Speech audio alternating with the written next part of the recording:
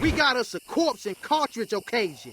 Welcome back to the channel, everyone. Today we're going to be talking about a lot of the stuff that happened while EWC was going on. I do once again want to give a huge congratulations to Ulsan for coming in first place, being the first person to win a back-to-back EWC championship. That is really awesome. It's never been done before. And as you can see here, it made headlines and it went ultra viral. The headline says, Ulsan once again claimed victory at Esports World Cup for Tekken 8, securing the title in both 24 and 25. His latest triumphant has solidified his status as one of the greatest in gaming history. Ulsan's skill has been universally acknowledged, with fans and peers alike dubbing him the GOAT of Tekken. But I also want to congratulate Lohai as well for putting on an incredible performance. We were just talking about how Atif is one of the best Brian Furies out there, and yes, I jumped on that bandwagon very early, but then I was also thinking about it. I was like, wait a minute, there's some other very good Brian Furies out there and they're doing great work. Lohai is one of them. If you talk about who's the best Brian Fury in the world currently, I mean, with EWC and Lohai coming in second place there, you got to give the title to him. But all in all, the tournament was amazing. Nakatu says it was a unbelievable finals. We were all blown away by how awesome the tournament was and the rivalries that drove a lot of it. Arslan versus Knee. Even though those guys didn't make top 8, they still are legends and are carrying torches in their own right. Now, when you talk about the news and things that's coming down the road, of course,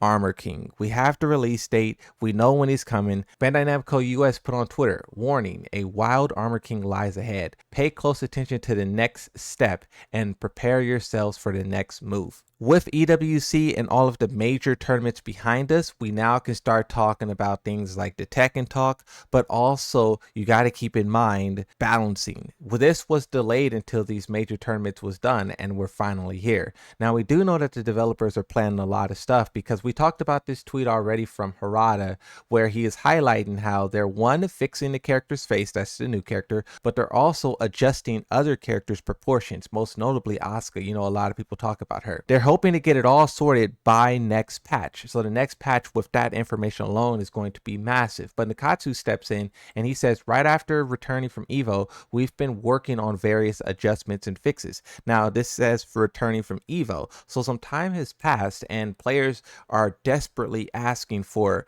not only all of this other stuff, character proportions and body parts, necks and whatnot to be adjusted, but also what's most important, the balancing. The developers said they were pushing it back for tournaments over. Pro players are saying to balance the games now. Casual players are saying to balance the game now. Die-hard players, everyone is saying to balance the game now. And in this next update, I think the developers probably should do it. Now, I saw this interesting tweet here as well, and I just want to highlight this to put it in perspective how big Tekken is and how much of an opportunity they still have to grow. Some of the biggest Japanese video game series sales numbers. As you can see, Mario's #1. Then you have Pokemon, Final Fantasy, Resident Evil. So Tekken collaborating with Final Fantasy, that franchise seems to be huge. When you move a little bit down the list, not too far down, you can see Tekken at 59 million. Street Fighter right under them with 57. You know, Tekken 7 was so successful that it closed the gap between Tekken and Street Fighter and pushed Tekken ahead. Street Fighter is doing great and they are seemingly going to run away with the lead. But if the Tekken developers can get everything back in order, they can fix their game, which in turn keeps their lead. Also note, Elden Ring is very high on this list as well. That's something that people also say Tekken should collaborate with. Now, Harada talked about Tekken 8 and whether or not it would come to Switch 2. Harada says it's an interesting option and not totally off the table, but it would require a lot of work on the game to get it running on that hardware. From a business standpoint, Switch 2 is doing quite well, so it would be a very good business decision if we're trying to get a bigger audience. But the amount of work that would have to be done on that game makes it not very easy decision at this point in time, so there's nothing to announce. Referring back to the sales numbers that I just mentioned, if Street Fighter passes Tekken, it will be Tekken's own fault. From the backlash that's still being talked about today on Twitter to all of the different type of things that they say they can't do because it's difficult. Yes, team battle may be difficult, Tekken Force, you know, game modes. Yes, porting it to Switch may be difficult. But the fact that your competitors are trying these things and they are doing these things, I mean, you got to step it up. You got to compete. You got to keep fighting. Do you want to keep the lead or do you want to give it up? This tweet from Jason is pretty interesting though.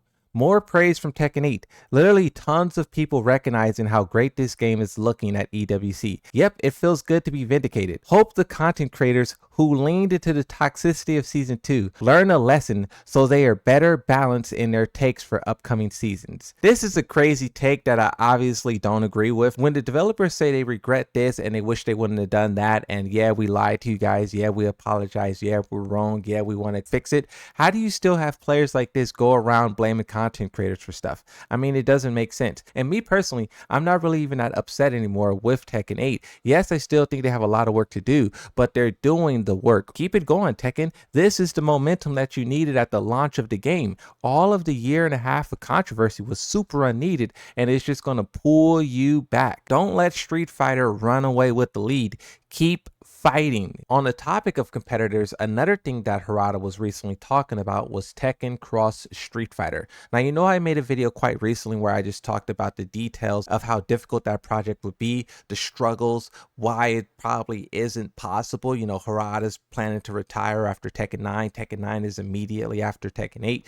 Ono, the guy who was in charge of Street Fighter at the time, he left the company. So at this point in time, once Harada leaves, there's no real connection between Tekken and Street Fighter, and the only thing that will remain is their rivalry. And with that being the case, why would Street Fighter give all of their characters to Tekken to make a Tekken X Street Fighter Tekken game?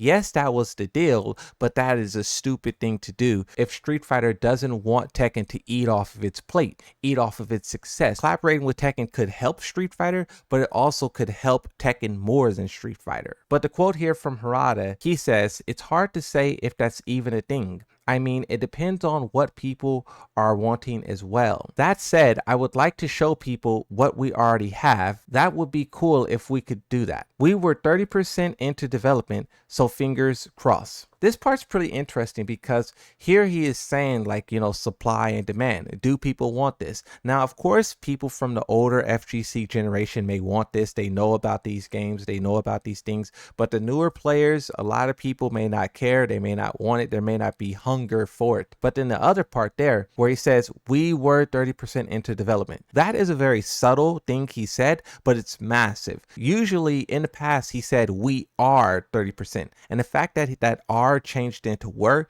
says that this is past tense, and what that means is that this is definitively them saying that they're not doing it anymore. They're not working on it, especially when you take into consideration that they want to show what they have. I think it would be really cool to just show, you know, the character arts, the character panels. Maybe they have some videos, just give people an idea of what would have happened. And maybe, who knows, if the reaction is so strong, so positive, maybe that would get Capcom to do it. You know, maybe that would convince them. Also, lastly, for those of you guys who don't have Twitter, I'll give you a little bit of update about the things that was happening on my side of it. I made this Tekken 8 influencer tier list. I did the same thing last year. This time I added a lot more names to it and it went viral. It got a lot of people upset. That's not the intention, but there's a lot of reactions to this. On the good side of all of this, you guys know the content creator D all the way G. Me and this guy had an intense rivalry going back a year ago. After understanding what we did wrong, we were able to squash our beef. His tweet says, "For those of you that are looking forward to beef between me and Moonsault Slayer because of the tier list,